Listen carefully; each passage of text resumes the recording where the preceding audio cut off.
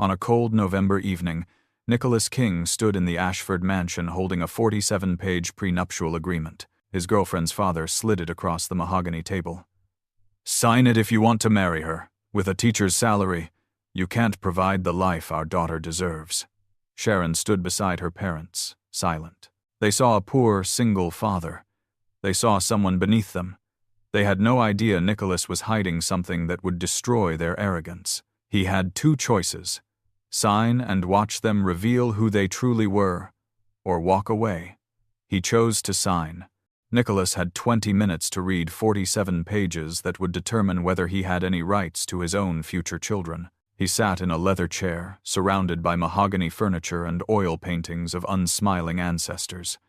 Across from him, Mr. Ashford tapped his Rolex. Mrs. Ashford sipped wine. Sharon stood by the window, staring at the garden. 2 years ago, Nicholas had swiped right on a dating app and found a woman who laughed at his chemistry jokes. Sharon had shown up to their first date in jeans, not designer clothes. When he'd nervously explained he was a widower raising a 6-year-old alone, she'd simply said, "Tell me about him." 3 months later, she'd met Ethan at the park. His son had been shy, but Sharon crouched down and asked if he wanted to see the ducks. By afternoon's end, Ethan was holding her hand. "Money doesn't matter to me," she'd told him once in his small apartment. "My parents are obsessed with it, but I'm not them." Nicholas had believed her. Now he read a document that treated him like a gold digger. "You understand this is just to protect family assets," Mr. Ashford said, his tone condescending. "Nothing personal, just business." Nicholas didn't look up. Page 12. Sharon retained sole ownership of any property. Page 18. Nicholas had no claim to her inheritance. Page 23. In divorce, he'd leave with nothing. But page 31 made his hands tighten. "This section about future children," Nicholas said quietly. "All decisions made solely by Sharon. If we divorce, I only get supervised visitation." Mrs. Ashford's wine glass clinked against marble. "We can't have custody battles disrupting the family." "Sharon," Nicholas said, "do you agree with this?" She finally turned. Her face looked tired. "I love you, but I have to be realistic. My family built something over generations. By taking away my rights, as a father, you'd still be the father," Mr. Ashford interjected. "This only applies to potential future children. Your son isn't affected." Nicholas flipped to page 34. Sharon Ashford assumes no legal or financial responsibility for any children from Nicholas King's prior relationships. He thought about Ethan at home with a babysitter. His son, who still cried for his mother at night, who drew pictures of their family, stick-figure dad, smaller stick-figure boy, and recently, one with long hair labeled Sharon. "With a teacher's salary, Mr. Ashford continued, you can't provide what children deserve. Private schools, opportunities. Sharon can. This ensures she maintains resources to do so, by ensuring I have no say. By ensuring decisions aren't complicated by ego," Mrs. Ashford said coldly. "This is how families like ours operate. Non-negotiable." Nicholas reread the document. Sharon sat beside him, hand on his arm. "Please, understand. This doesn't change how I feel." The contract was thorough. Jewelry stayed Sharon's property. The Hamptons house, investment accounts, company shares all protected. Nicholas's name appeared on nothing. He reached the signature line. 20 minutes had passed. Mr. Ashford refilled his drink. Sharon's fingers stayed cold on Nicholas's sleeve. Nicholas thought about Sarah, his first wife. They'd married at City Hall with strangers as witnesses, rings from a pawn shop. When Ethan was born, they'd lived in a one-bedroom with a leaking ceiling. Sarah worked as a waitress. When cancer came, they'd emptied their savings. She'd died owing $70,000, but Sarah had never made him feel small. Even with nothing, she'd treated him like he mattered. Nicholas picked up the gold pen. "You're actually going to sign it?" Mrs. Ashford sounded surprised. "Yes." Sharon relaxed. "I knew you'd understand. It's just paper." Nicholas signed. November 18th, 2024. "Smart decision," Mr. Ashford said. "Welcome to the family, son." Nicholas didn't feel welcome. He felt like he'd sold something irretrievable. But as Sharon hugged him and her parents discussed wedding venues, Nicholas made his own decision. He would marry Sharon. He would observe.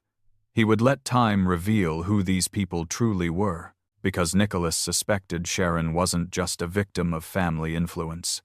He suspected the woman who'd crouched down to talk to Ethan had been performing, just as he was about to perform now. The prenup protected Sharon's money, but it couldn't protect her from the truth about herself. He wanted to believe pressure from her parents had forced this, that once married, away from their influence, she'd become the person who'd said money didn't matter. He needed to believe it. The alternative, that he'd fallen in love with someone who would treat him this way, was too painful without proof. So he would be patient. He would watch. And on his 35th birthday, everything would change. "Should we discuss the wedding?" Mrs. Ashford said. Nicholas looked at Sharon, already scrolling her phone, already comfortable now that he'd signed. "Whatever you want," he said quietly. "Don't worry. I'll handle everything." Of course she would. As Nicholas walked past oil paintings and marble sculptures, he thought about the secret he carried, the one that would crack this family's certainty wide open. But not yet. Not until he knew for sure who Sharon really was. The wedding happened 3 weeks later. 200 guests Nicholas had never met. Sharon's dress cost more than his annual salary. Ethan was ring bearer, nervous in his tiny suit. During vows, Sharon promised to honor him. Nicholas wondered if she knew what that meant. They moved into Sharon's penthouse downtown. Floor-to-ceiling windows, white leather furniture, chrome fixtures. Everything expensive and untouchable. Ethan was afraid to sit on the couch. The first month, Sharon tried. She asked about Nicholas's day. She played with Ethan. She cooked twice, though she'd mostly ordered from restaurants. The second month, effort faded. Nicholas came home to find Sharon on work calls, waving him away. Ethan played quietly alone. Nicholas made spaghetti. Sharon ate in her office. The third month, comments started. "How was work?" Nicholas asked. Sharon looked up from her laptop. "Made more in commission today than you make in 3 months. Casual. Like weather." Then back to typing. The pattern became clear. Sharon earned more, so Sharon decided. When Nicholas suggested better schools for Ethan, Sharon pulled up tuition costs. "Can you afford $30,000 a year? No? Then I choose. And I'm not paying for private school for a kid who isn't mine." The prenup wasn't just legal formality. Sharon meant it. Sunday dinners at the mansion became torture. Mr. Ashford called teaching a hobby. Mrs. Ashford said how lucky Nicholas was. They asked Ethan intrusive questions about his dead mother. "One dinner," Mr. Ashford said. "Teaching others' children, are you any good at teaching your own son proper manners?" Nicholas felt Sharon's warning hand on his thigh. He stayed quiet. 6 months in, Ethan made a mistake. Carrying a juice box, the 6-year-old tried being careful, but it slipped. Apple juice splashed the white leather couch Sharon had imported from Italy. Sharon erupted. "Are you serious? Do you know what that costs?" Ethan froze, empty box in hand, eyes filling. "It was an accident," Nicholas said. "An accident? This is a $12,000 couch. 12,000. Your son just ruined it. He's 6. He didn't mean to." Sharon glared at the crying boy. "You need to teach your son how to behave. This isn't some cheap apartment. Things here have value." Nicholas carried Ethan to his room. His son sobbed into his shoulder. "I'm sorry, Daddy." "I know, buddy. Is Sharon mad at me?" Nicholas didn't know how to answer. Yes, and not just about the couch. She was mad Ethan existed, that he reminded her Nicholas had loved someone before, that he was a financial burden. "Sharon just doesn't like messes. We'll clean it."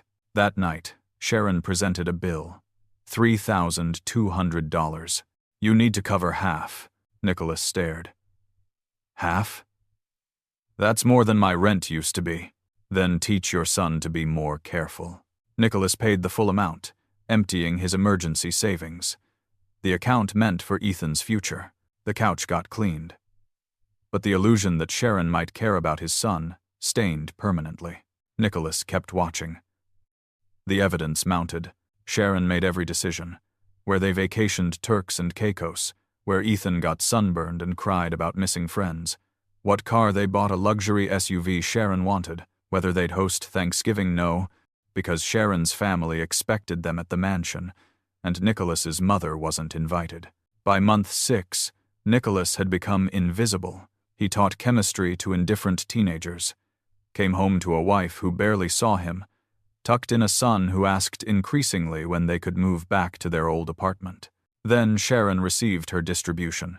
Not inheritance her grandmother lived, but a payout from restructured family holdings.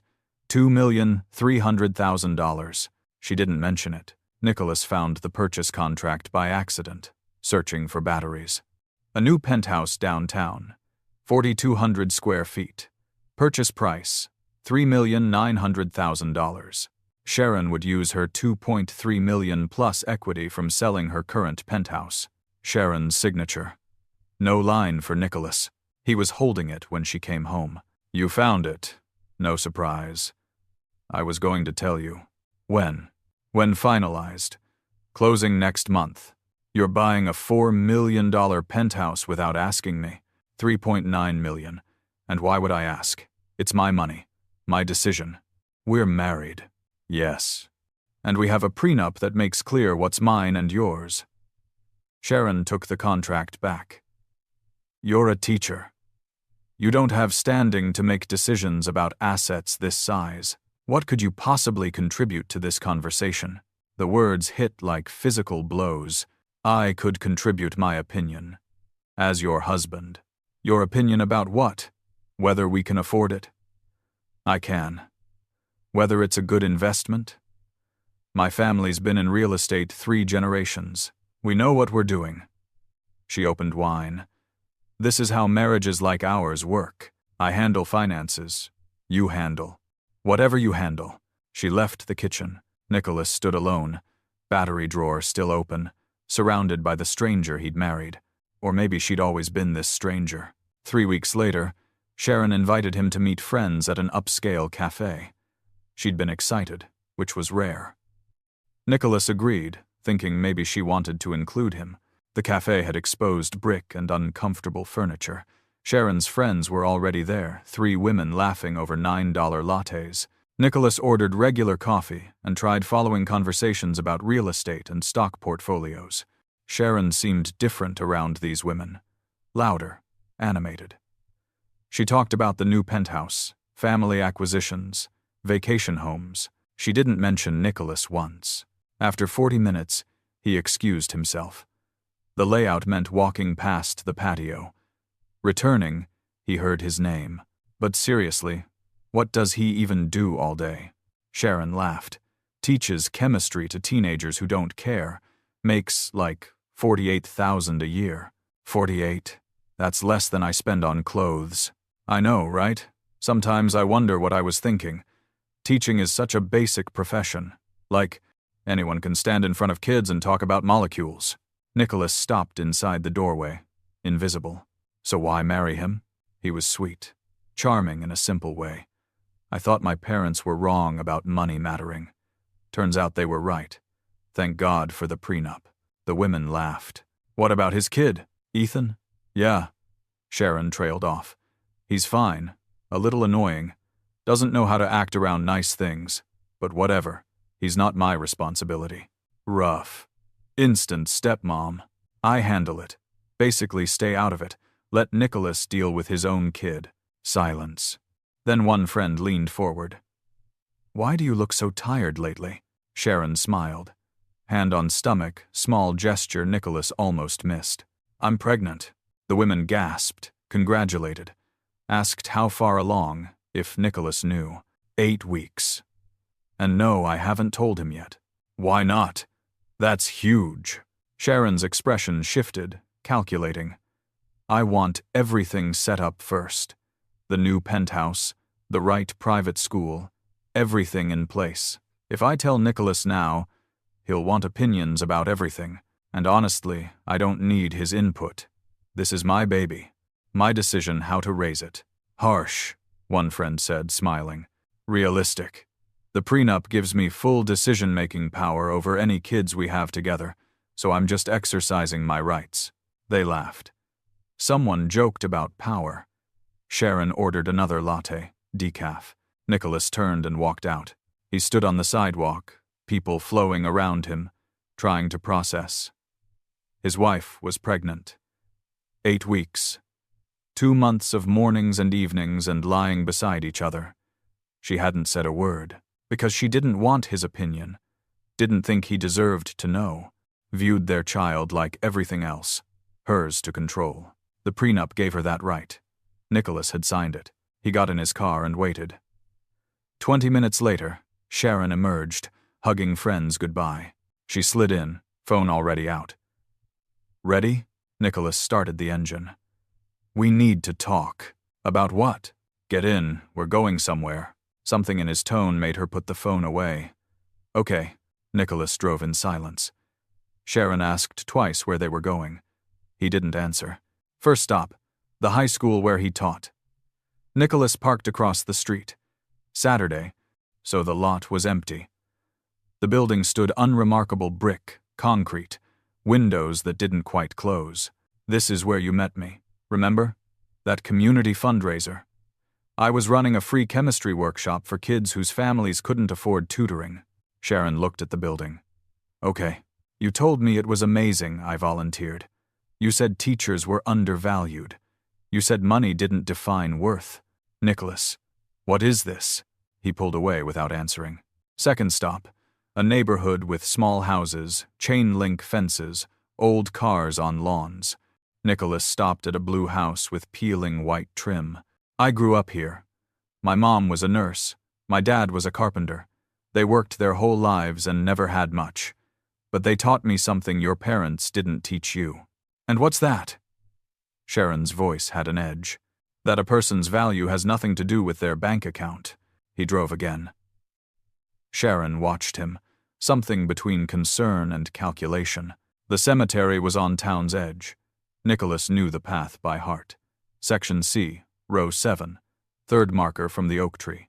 Sarah's grave, just her name, dates, and beloved. Nicholas got out. Sharon followed reluctantly. This is Sarah, Ethan's mother. My first wife. Sharon stood with arms crossed. She died of cancer when Ethan was 3.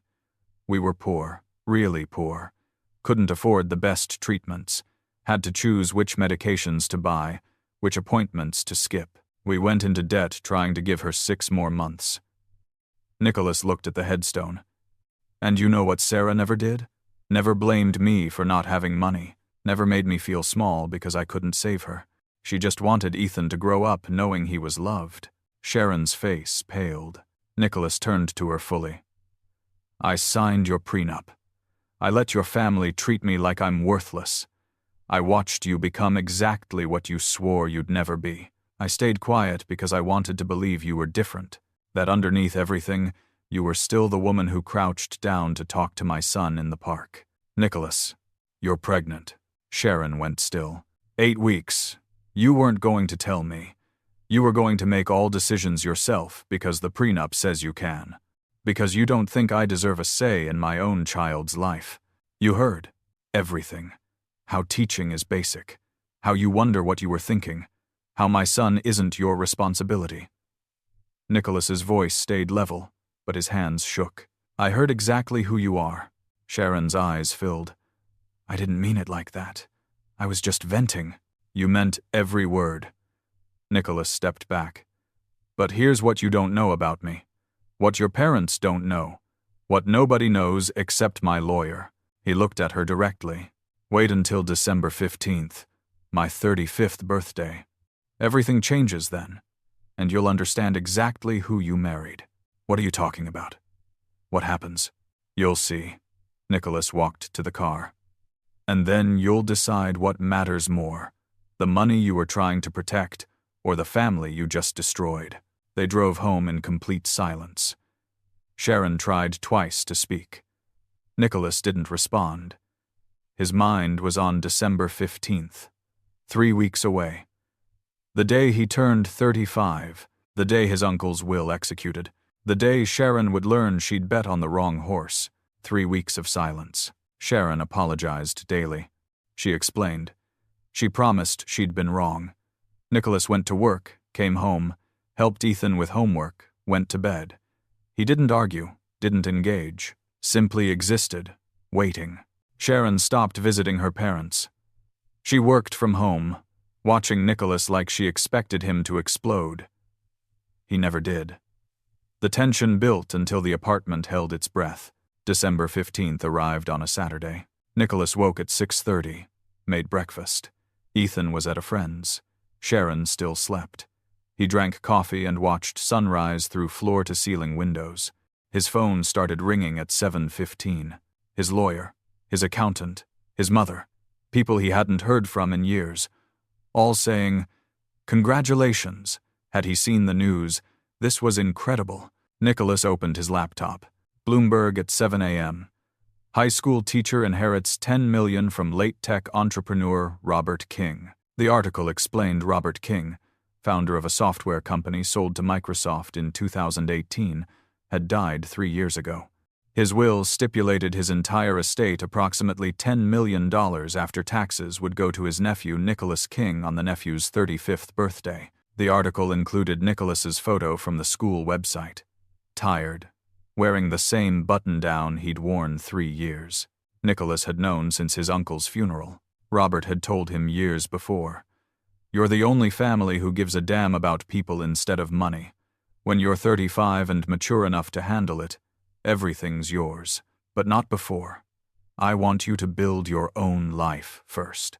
Nicholas had built his life, became a teacher, married Sarah, raised Ethan alone after she died, lived simply, saved carefully, never thinking about money that would eventually come. Then he'd met Sharon and signed a prenup that would protect every dollar. His phone rang again. Sharon's father. Voicemail. Then her mother. Then Sharon's phone in the bedroom. She emerged 20 minutes later, pale, phone in hand. "Is it true?" Barely a whisper. "The news?" Nicholas closed his laptop. "Yes, you're rich. You've been rich this whole time." "No, I couldn't touch it until today. Before today, I was exactly what you thought, a poor teacher. But you knew. You knew and never told me." Nicholas stood. "I wanted to see who you really were. Turns out, you showed me." Sharon collapsed on the white couch, the one Ethan had stained. Professional cleaning had worked. You couldn't see where the juice had been. "My parents keep calling. 17 times. I'm sure. They want us for dinner tonight. They said it's important. They want to apologize. Convenient timing. Nicholas, please, just come to dinner. Let them try." Nicholas wanted to refuse, but he wanted to watch. Wanted to see the Ashfords pretend they'd always respected him. "Fine. 6 o'clock. Sharon looked relieved. She reached for his hand. He moved away. The Ashford mansion smelled like roasted meat and desperation.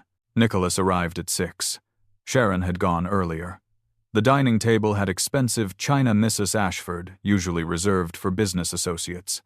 Candles, fresh flowers, wine that probably cost more than Nicholas used to spend on groceries monthly. Mr. Ashford stood when Nicholas entered, extended his hand. "Nicholas, happy birthday, son." "Son." That was new. Nicholas shook briefly. "Mrs." Ashford appeared wearing an apron that looked unused. "There he is. We were so excited to hear your news. Your uncle must have been remarkable." "He was. Come, sit. So much to celebrate." Mrs. Ashford gestured to the head of the table. "Place of honor, where Mr. Ashford usually sat." Nicholas took it. Sharon brought food. Her parents served him first, asking if he wanted more, if everything was good, if he was comfortable. They asked about school, about Ethan, about whether the inheritance would change his plans. Nicholas answered in short sentences. He watched them perform. 40 minutes in, Mr. Ashford set down his fork. "Nicholas, I want to apologize." Tone meant to sound sincere. "I judged you unfairly. I thought money indicated value. I was wrong. You're clearly a man of substance." Always have been. Interesting you only realized that today. I'm trying to make amends. Are you? Because 6 months ago, you made me sign a contract that said I was worthless. 47 pages of legal terms. You made sure I'd have no claim to anything Sharon owned, no rights over my own children. You treated me like something you'd stepped in. Mr. Ashford's jaw tightened. That contract was to protect the family. Your family, not mine. Nicholas looked at Sharon. I want a divorce. Sharon's face crumpled. Mrs. Ashford gasped. Mr. Ashford stood so fast his chair fell. Now hold on. Let's not be hasty. We can work this out. What's there to work out? The prenup protects Sharon's money from me. Unfortunately for you, it also protects my money from Sharon. Nicholas smiled without warmth. That contract you shoved at me? The one ensuring I'd get nothing? It works both ways. Sharon gets nothing from my inheritance. Not a dollar. Thanks for that. Absolute silence. Mr. Ashford recovered first. We can void the prenup. Call my lawyer right now. Tear it up. Make things fair. Fair? Now you want fair? When you thought I was poor, fair meant protecting every cent from me. Now I'm rich. Fair means your daughter gets half. You're not sorry about how you treated me. You're just sorry you bet wrong. That's not true, Mrs. Ashford said, voice wavering. Please. Sharon's voice broke. Please don't do this. I know I messed up. I was awful. But we can fix this. We're having a baby. The room went quiet. Mrs. Ashford's hand went to her mouth. You're pregnant? Mr. Ashford looked between them. Sharon, why didn't you tell us? Because I hadn't told Nicholas yet. Crying now, no effort to hide it. I was waiting. I was being selfish and controlling, and I'm sorry. I'm so sorry. But this baby is ours. We made this together. Please don't throw away our family because I was stupid. Nicholas felt the weight. The baby wasn't hypothetical. Sharon was showing slightly now, hand protective on her stomach. His child, another child who would grow up with or without his father's daily presence. I need to think. Of course. Mr. Ashford shifted to negotiation mode. Take all the time you need. Whatever you decide, we support you. You're family. You've always been family. No, I was never family. I was the poor guy marrying your daughter. But now I'm inconvenient to hate, so you're pretending. Don't insult me by lying. He left. Sharon followed to the foyer. I love you. I know I didn't show it. I know I failed you and Ethan and this baby. But I love you. I've always loved you. Nicholas looked at her. Really looked. She seemed smaller, frightened. The confidence she'd worn like armor had cracked. Do you love me, or do you love that I'm rich now? I love you. I loved you before this. I just forgot how to show it. You forgot how to be a decent person. I know, Sharon wiped her face. But I can learn again. I want to learn. Give me a chance. Just one chance to prove I can change. For real. Not because of money. Because I don't want our baby growing up without both parents. Because I don't want Ethan to lose another mother figure. Because I don't want to be the person I've become. Nicholas thought about walking out, divorcing, setting up custody, raising both kids alone. He had the money now. He didn't need her, but the baby complicated everything. So did the fact that some small part remembered the woman who'd crouched down to talk to Ethan in the park. 1 month. You have exactly 1 month to prove you've actually changed. Not just that you're scared of losing money. That you've fundamentally changed as a person. If you can, we stay married. If you can't, we divorce, and you get what the prenup says. Nothing. What do I have to do? First, we move out of your family's sphere. No more dinners here. No more financial help from them. You cut the cord. Sharon nodded. Okay. Second, you get a real job. Not managing family properties. Something that pays based on work, not inheritance. Okay. Third, you learn to be a mother to Ethan. Actually be present. Actually care. I want that. Fourth, you prove you care about something other than money. Find a cause. Volunteer. Help people who can't pay you back. Sharon nodded. tears streaming. "I'll do all of it. I promise. We'll see. You've got 1 month starting tomorrow. I'll be watching. And Sharon, if you're just performing to keep access to my money, I'll know. I've gotten very good at watching you pretend." He left her in the foyer and drove home alone. The next morning, Sharon started proving herself. Week 1, Sharon volunteered at Lincoln High School, the free tutoring program Nicholas ran after school. The coordinator was skeptical. Wealthy volunteers usually lasted 2 days. Sharon lasted all week. She sat with teenagers who couldn't afford private tutors, helping with math, patient when they didn't understand, stayed late when students needed extra help. By Friday, the coordinator told Nicholas, "Your wife is actually good at this." Week 2, Sharon focused on Ethan. She picked him up from school daily, asked about his day, and actually listened to his 6-year-old stories about playground politics, made him snacks, read to him at bedtime. One night, Ethan climbed into her lap voluntarily and fell asleep. Sharon looked at Nicholas over their son's head, tears in her eyes. "He's a good kid. I was so stupid for not seeing it." Week 3, Sharon quietly did something significant. A letter arrived from City Hope Cancer Center that evening. It thanked Sharon for her generous donation of $500,000 to their research fund, made in memory of Sarah King. Nicholas found Sharon in the kitchen. "You donated $500,000 to cancer research?" Sharon looked startled. "I told them not to send that here." "Why?" "Because I didn't want you to think I was doing it to impress you. I did it because Ethan's mother died of cancer. Because you couldn't afford to save her. Because that's not right, and maybe my money can help other families not go through what you did."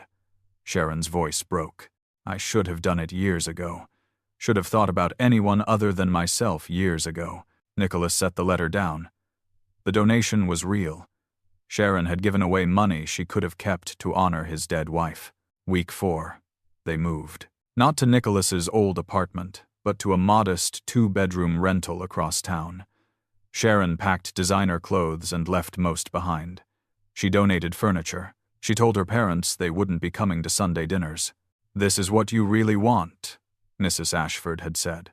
"To live like you're poor? I want to live like money isn't the only thing that matters." They settled into the rental. Sharon cooked most nights, actual cooking, not ordering. She learned to grocery shop with a budget. She got a job at a non-profit helping low-income families find housing. The pay was a fraction of what she'd made. "I actually like it," she told Nicholas. "I'm helping people instead of just moving money around." 30 days after his birthday, Nicholas sat Sharon down in their small living room. "You did it. You actually changed." Sharon's hands shook. "Does that mean we're staying married?" "It means I believe you're trying, really trying. Not for the money, for the right reasons." Nicholas took her hand. "We're staying married. But Sharon, if you ever go back to being the person you were, if you ever treat Ethan or me or anyone else like they're less than you because of money, I'm done. No second chances after this." "I won't. I swear I won't." Sharon cried, but smiled too. "Thank you for believing I could change. Thank you for not giving up. Thank the baby. If you weren't pregnant, I wouldn't have tried. I know. And I'm going to spend the rest of my life proving you made the right choice." Grace Elizabeth King was born on a humid June evening. Sharon's labor lasted 14 hours. Nicholas held her hand through all of it. When their daughter finally arrived, screaming, red-faced, perfect, Sharon looked at him and said, "We made something beautiful." Nicholas thought about how close they'd come to destroying it all. Ethan met his baby sister 2 hours later. He was 7 now, tall enough to peer into the bassinet without standing on tiptoes. He touched Grace's tiny hand with one finger, incredibly gentle. "She's so small. Is she going to be okay?" "She's going to be perfect," Sharon said, exhausted and happy. "And you're going to be the best big brother." Ethan beamed, then looked at Sharon, suddenly serious. "Can I call you Mom now? Or is that weird because you're not my real mom?" Sharon started crying. Nicholas had learned Sharon cried a lot now, but for better reasons. She pulled Ethan into a careful hug, mindful of the IV. "I would be honored if you called me Mom." They brought Grace home 3 days later. The rental was small, but felt more like home than the penthouse ever had. Sharon had painted the second bedroom pale yellow. Nicholas had assembled a crib from a flat box with incomprehensible instructions. The $10 million sat mostly untouched in investment accounts. Nicholas still taught chemistry. Sharon still worked at the nonprofit. They lived off their salaries and saved the inheritance for things that mattered: Ethan's education, Grace's future, donations to causes they believed in. 6 months after Grace was born, Nicholas came home to find Sharon crying over a letter. "What's wrong?" "Nothing's wrong." Sharon held up the letter. "City Hope Cancer Center. They want to name their new research wing after Sarah. Because of the donation, they're calling it the Sarah King Memorial Research Center." Nicholas sat beside her, took the letter, and read it. The center would open next year. They wanted the family at the dedication ceremony. "Your first wife is going to save lives," Sharon said. "Because she mattered. Not because she had money, but because she was a good person who deserved to be remembered." She looked at Nicholas.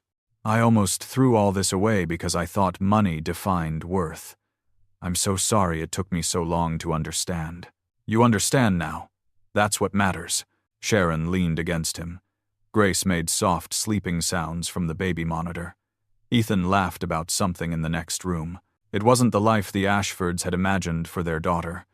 It wasn't the life Sharon had expected when she'd forced Nicholas to sign that prenup.